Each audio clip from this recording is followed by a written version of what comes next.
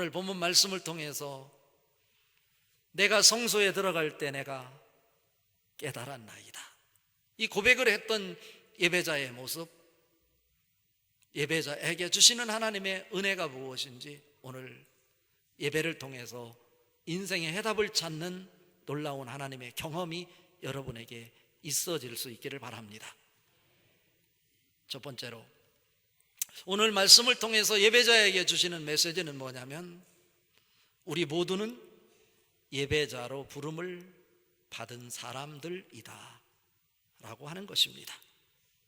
이 지구상에는 76억 3천만 명 정도가 살고 있습니다.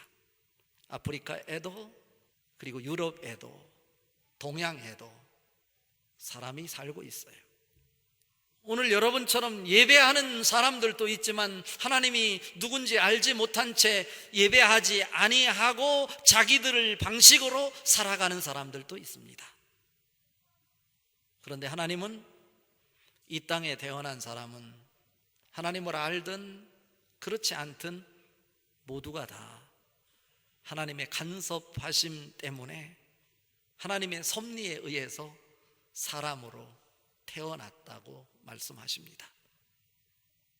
그들은 하나님이 자기를 이 땅에 보냈다고 하는 사실을 깨닫지 못할 뿐이지, 언젠가는 그들이 깨닫고 예배의 자리로 오기를 원하시는 것이 하나님의 마음이십니다. 빌립보서 2장 13절에 너희 안에서 행하시는 이는 하나님이시니 자기의 기쁘신 뜻을 위하여 너희로 소원을 두고 행하시나니 라고 말씀하셨어요.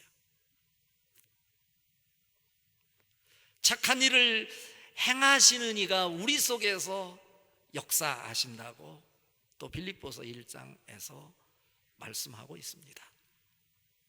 우리의 소원을 통해서 하나님이 원하시는 것을 당신이 직접 그 일을 행하시지 않고 우리의 소원을 통해서 그 일을 행하시기 위해서 너가 아니면 그 일을 할 수 없다 판단되어 그 사람을 이 땅에 사람으로 보내셨다라고 하는 것입니다. 우리는 오늘 예배자로 예배의 자리에 나왔습니다. 그런데 우리의 예배의 모습은 어떻습니까? 오늘 읽은 말씀 중에 1절과 5절 말씀 같이 읽어봅니다. 전능하시니 여호와 하나님께서 말씀하사 해 돋는 데서부터 지는 데까지 세상을 부르셨도다. 이르시되 나의 성도들을 내 앞에 모으라. 그들은 제사로 나와 언약한 이들이니라 하시니라. 무슨 말씀입니까? 여기에서 하나님이 누군지를 소개하고 있어요. 1절부터 5절 사이에 하나님에 대한 존칭이 세 가지로 소개가 되고 있습니다. 전능하시니, 그리고 하나님, 그리고 여호와라는 이 존칭으로 이렇게 다양하게 사용되고 있는데 여기에 의미가 있어요. 여기서 전능하시니라고 하는 것은 히브리어로 엘이라고 할 수 있는데요, 그 당시에 수많은 신들이 있다고 생각하고 있는데, 그래서 다양한 신들을 섬기는 사람들의 모습이 있는데, 하나님은 어떤 하나님이냐면 그들 신들 가운데 가장 뛰어난 신, 가장 높으신 하나님이다 라고 표현합니다. NIV 영어 성경에 보니까 대문자로 God of Gods 라고 표현해요. 수많은 신들 가운데 대문자 하나님이시다 라고 하는 거예요. 그리고 하나님이라고 하는 것은 엘로힘이라고 하는 건데 창조주 하나님이라는 거예요. 창조주 하나님은 능력의 하나님을 얘기해요. 절대 주권을 갖고 계신 하나님을 얘기합니다. 무에서 유를 창조하신 우리의 심판장이 되시는 분임을 말합니다. 세 번째, 여호와라고 하는 것은 우리를 부르시고 언약을 맺으신 하나님이라는 뜻이에요. 그런데 그 하나님께서 오늘 모든 신 중에 뛰어나시고 세상을 창조하시는 능력과 절대 주권을 가지시고 우리를 부르시고 언약을 맺으신 그 하나님께서 해 돋는 데서부터 해 지는 데까지 모든 사람을 부르시고 계시다는 것입니다. 오늘 1절 말씀인 거죠. 말씀하시고 부르신대요. 같은 말이에요. 말씀하시고 부르신다. 이게 히브리어로 카라라고 하는데요, 여기서 카라라고 하는 것은 무슨 의미냐면 큰 소리로 부르다, 선포하다, 또 하나 중요한 의미가 있는데 그것은 소환하다라고 하는 뜻입니다. 하나님께서 해 돋는 데서 해 지는 데까지 이 세상 지구촌 구석구석 한 곳도 빼지 않고 모든 사람들을 부르신다라고 하는 말씀입니다. 그런데 누구를 부르냐? 여기에 세상을 부른다고 1절에 나와 있는데, 이 세상은 오늘 말씀 문맥상 살펴볼 때 하나님과 언약을 맺은 백성들이 아닌 하나님을 알지 못하는 세상 사람들을 부른다는 의미로 말씀을 하고 있어요. 그럼 도대체 하나님께서 왜 이 세상 사람들을, 하나님을 알지 못하고 예배를 하지 않는 이 사람들을 땅끝에서 땅끝까지 한 사람도 빼지 않고 다 불러 모으는 것일까? 오늘 4절 5절에 근거해 볼 때 우리를 부르시고 예배로 언약을 맺은 하나님 백성들을 심판하시기 위해서 그들을 부르신대요. 4절 5절 다시 한번 읽어볼까요? 하나님이 자기의 백성을 판결하시려고 위 하늘과 아래 땅에 선포하여 이르시되 나의 성도들을 내 앞에 모으라. 그들은 제사로 나와 언약한 이들이니라 하시도다. 우리가 어떤 사람이라고요? 무엇으로 언약한 백성이라고요? 제사로 언약을 맺은 하나님의 백성들이랍니다.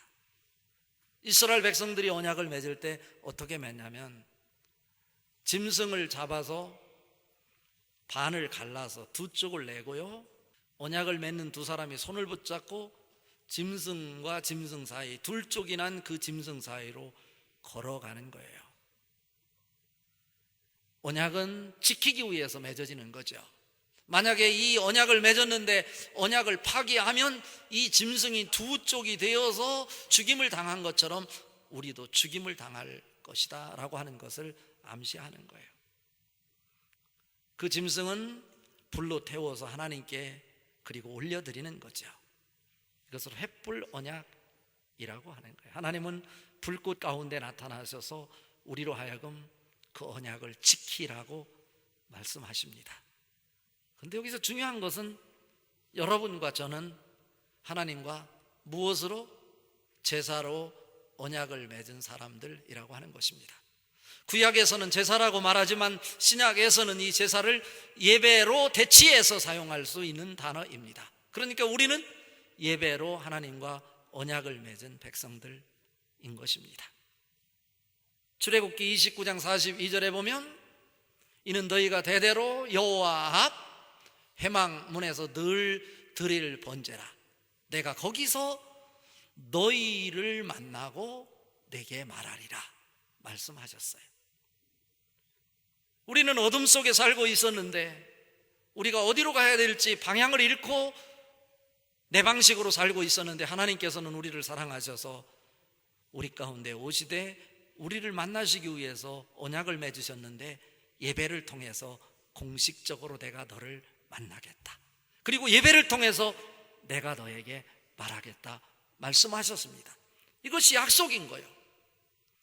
그러니까 예배로 언약을 맺은 백성들이 예배자로 살아가야 될 터인데 그 예배가 형식적인 예배로 전락하여 그 예배가 제대로 되지 않은 사람들을 지금 심판하시기 위해서 세상 사람들을 불러 모으고 언약 맺은 하나님의 백성들을 하나님 앞으로 불러 모으고 있는 장면입니다.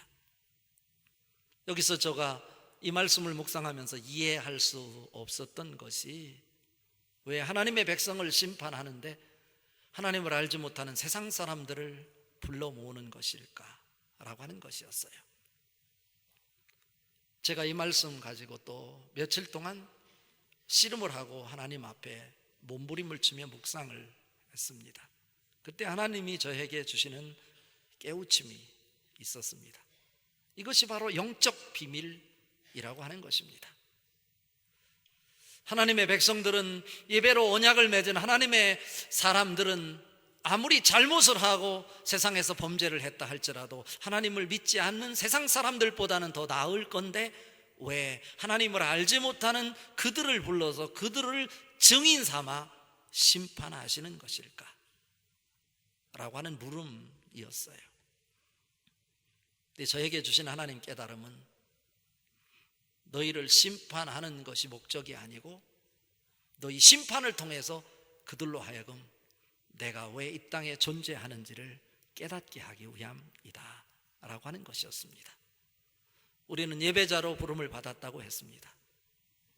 그런데 누구보다도 어느 때보다도 예배를 성실하게 드렸던 다윗 시대에, 아삽이 활동하던 시대에 형식적인 예배로 전락하는 사람들이 있었는데 그들이 영과 진리로 예배하지 못하는 모습을 보고 그들을 불러서 진정한 예배가 무엇인지 예배자로 서기를 그들을 질책하면서 심판하시면서 책망하고 계신 것입니다. 그 모습을 통해서 하나님을 알지 못하는 사람들이 보고 하나님을 믿는 사람들, 어쩌면 저 사람은 주일날 예배를 드리는 사람인데 저가 저렇게 책망을 받을 정도면 우리는 얼마나 더 큰 책망을 받을까? 그들의 책망을 통해서 우리들이 이 땅에 존재하는 이유가 무엇인지를 발견하고 하나님을 알지 못하는 사람들, 예배의 자리에 나와 예배하는 것이 내가 이 땅에 사는 이유이다 라고 하는 것을 보여주고 싶었던 것입니다. 이것이 하나님의 마음인 거예요. 요한복음 4장 23절 24절에 보면 아버지께 참되게 예배하는 자들은 영과 진리로 예배할 때가 오나니 곧 이때라. 아버지께서는 자기에게 이렇게 예배하는 자들을 찾으시느니라. 하나님은 영이시니 예배하는 자가 영과 진리로 예배할지니라 말씀하고 계십니다. 로마서 12장 1절에 이어서 말합니다. 그러므로 형제들아, 내가 하나님의 모든 자비하심으로 너희를 권하노니 너희 몸을 하나님이 기뻐하시는 거룩한 산 제물로 드리라. 이는 너희가 드릴 영적 예배니라 말씀하고 있습니다.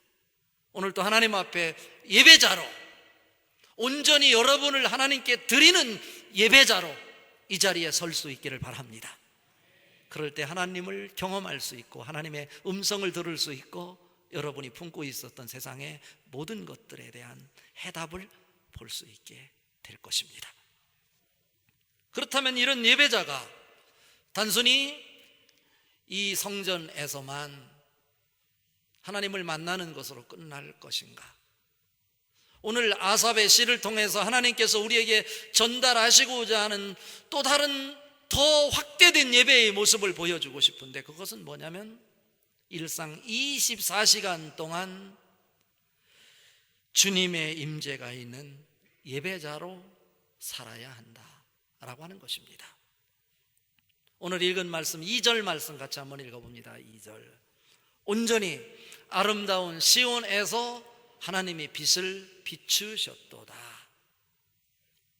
빛은 하나님의 성품 자체이고 하나님의 속성 자체이십니다. 그런데 온전히 아름다운 시온에서 하나님이 자기의 성품 속성 자체를 빛으로 비추셨대요. 여기서 시온은 어디를 얘기하나요? 시온은 예루살렘을 이야기합니다. 다윗이 왕으로 세움을 받고 곧바로 한 것이 뭐냐면 법궤를 다윗성으로 옮긴 겁니다. 법궤는 무엇을 상징하나요? 법궤는 하나님의 임재를 상징합니다. 이게 하나님을 모시고 살겠다는 거잖아요. 이 말씀 속에서 우리에게 주시는 메시지는 뭘까? 한번 생각해 봤어요. 온전히 아름다운 시온에서라고요. 경관이 아름다워서 아름답다고 말하는 것이 아닙니다. 하나님이 계신 곳이라고 해서 그 예루살렘 성전을 전제로 해서 시온이라고 그러고, 그 예루살렘 성전이 있는 그 산을 시온산이라고 그러는데, 하나님의 임재가 있어서 시온산이라고 지칭을 하는 것인데, 그 경관이 아름다워서 온전히 아름답다고 표현하는 것이 아니고, 살아계신 하나님이 그곳에 임재해 계시기에, 그곳에 빛으로 비춰지기에 아름답다고 표현하고 있는 것입니다. 그런 의미에서 하나님의 임재가 있는 예배의 자리, 교회는 아름다운 것입니다. 세상에 그 어느 것과 비교할 수 없을 정도로 최고의 아름다움이 있는 곳은 교회입니다. 교회. 여러분, 우리 교회에 대한 자부심을 가지시기를 바랍니다. 이런 건물이 아름다워서 아름다운 것이 아니고, 건물이 중요한 것이 아니고, 예배를 통해서 우리를 만나시겠다고 약속하신 그 하나님께서 오늘 또 예배를 통해서 임재하시고 성령의 기름 부으심을 우리에게 부어주시며 직접 만나주고 계시기 때문에 이 성전은 아름다운 것입니다. 그리고 우리가 모시고 있는 그분이 내 몸에 계시기에 내가 성전이고 교회가 되어서 내가 가는 곳이면 어느 곳이든지 아름다움이 있는 것입니다. 여러분이 있는 곳에 추함이 아니라, 냄새남이 아니라 아름다움만 넘쳐날 수 있기를 바랍니다.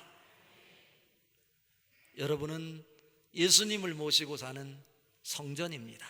하나님이 여러분 속에 계십니다. 그러니 여러분이 계신 곳에 아름다움이 있고 하나님의 영광이 있습니다. 그러니까 교회를 자랑하십시오.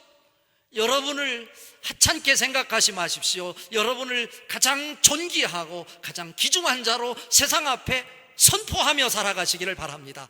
왜냐하면 내가 예뻐서가 아니고, 내가 잘나서가 아니고, 내가 세상적으로 자랑할 것이 있어서 내가 존귀한 것이 아니라 내 속에 성령님이 계시기 때문에 나는 존귀한 자입니다.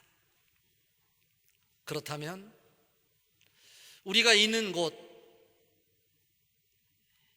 일상의 24시간 동안 내 속에 성령님이 계시고 그분을 보시고 그분을 경험하면서 살아가는 삶이니까 그곳은 아름다움이 만들어지는 곳이에요. 그런 자에게 주시는 축복이 있는데, 예배자는 환난에서도 하나님의 영광을 만들어내는 자이다 라고 하는 것입니다. 멋있지 않아요?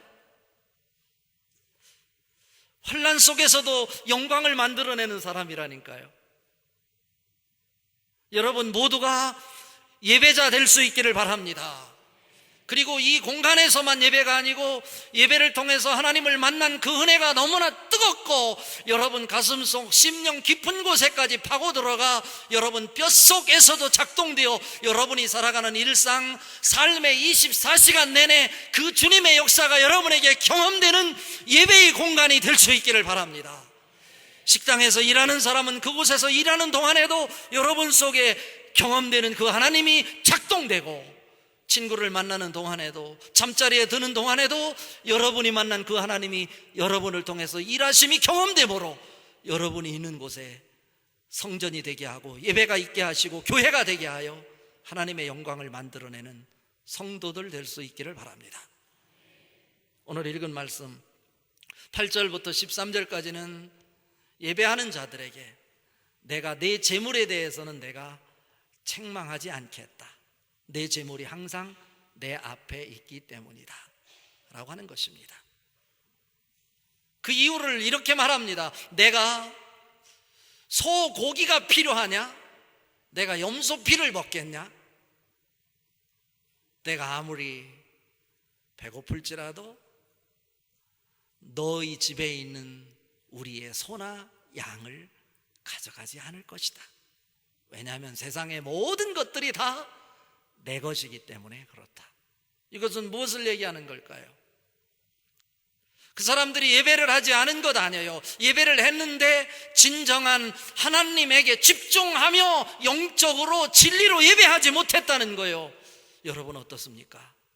지금 예배하고 있지만 여러분 예배가 되지 않을 수 있다고 하는 지적입니다. 세상의 것들 다 가슴에 품고 고민거리 가지고 문제 속에 세상의 것을 생각하고 이 자리에 앉아 있다면 여러분은 예배자가 아닌 것입니다. 오직 세상의 것들, 나를 아프게 하고 괴롭게 하는 것들이 있다 할지라도 그거 다 내려놓고 내가 하나님 아버지 앞에 왔으니 그분은 전능하시고 무에서 유를 창조하신 하나님, 내가 신음소리만 내도 기도로 받아들여주고 그것을 채워주시는 하나님, 그분을 예배하게 될 때 그분께서 영광을 받으시고 응답해 주실 것이다 라고 하는 믿음으로 앉아있는 예배 될 수 있기를 바랍니다. 14절 말하잖아요. 무엇으로 예배하라고요? 감사로 하나님께 제사를 드리며. 감사가 있어야 돼요. 왜? 하나님을 만났으니 그 하나님이 나를 만나주시니 어떠한 상황이 있을지라도 내가 구원받았으니 천국을 볼 수 있었으니 나는 감사한 거예요. 감사가 없는 예배는 예배가 아니라는 얘기 있죠. 하나님을 만나게 될 때 감사가 나오고, 감사할 때 감사를 통해서 위로가 만들어지고, 그런 감사와 위로와 하나님의 경험을 통해서 우리에게 보여지는 것이 있는데, 내가 은혜 받았을 때 하나님과 약속했던 소원이 떠오르게 된다라고 하는 거예요. 그런데 오늘 하나님께서 예배하면서 은혜를 받은 자가 너가 하나님 앞에 은혜를 받고 약속한 것, 소원한 것 지키는 모습 내가 보고 싶다 라고 말씀하십니다. 그 소원을 철저하게 언약을 맺은 것이니까 지켜나가는 모습으로서 감사가 넘치는 예배 만들어낼 수 있기를 바랍니다. 예배자에게 환난이 없는 게 아니에요. 오늘 보니까 예배를 통해서 하나님을 만난 자도 환난이 있어요. 그런데 다른 것은 뭐냐면, 오늘 환난 날에 나를 부르라, 내가 너를 건지리니 내가 나를 영화롭게 하리로다. 내가 나를, 이게 아주 중요한 거예요. 사명자로 살아가려면 예배를 통해서 하나님을 만난 자는 사명이 보이고 그 사명을 붙잡고 살아가려면 그 사람에게는 환난이 더 크게 그 앞을 가로막아요. 그런데 예배자가 되기 전에 모습과 예배자로 살아가는 이후의 모습과 환난을 대하는 태도가 달라요. 전에는 내가 환난이 있을 때 환난이 무서워서 피하고 숨어버리면 되는 줄 알고 피하고 숨었는데, 이제는 환난이 나타나도 두렵지 않아요. 당당하게 환난 앞에 서게 되는 거예요. 사도 바울을 보십시오. 복음을 전하다가 빌립보에서 감옥을 갇히는 환난을 당하게 돼요. 감옥 속에서 그는 주눅드는 것이 아니라 얼굴에 미소를 지면서 찬양을 해요. 감사를 해요. 기도를 해요. 그를 지켜보고 있던 간수가 저 사람 정신이 돈 거 아니냐, 미친 사람이 아니냐라고 말하지만, 그가 찬양할 때 하나님이 바울을 통해서 기적을 나타냈고 하나님의 영광을 만들어냈어요.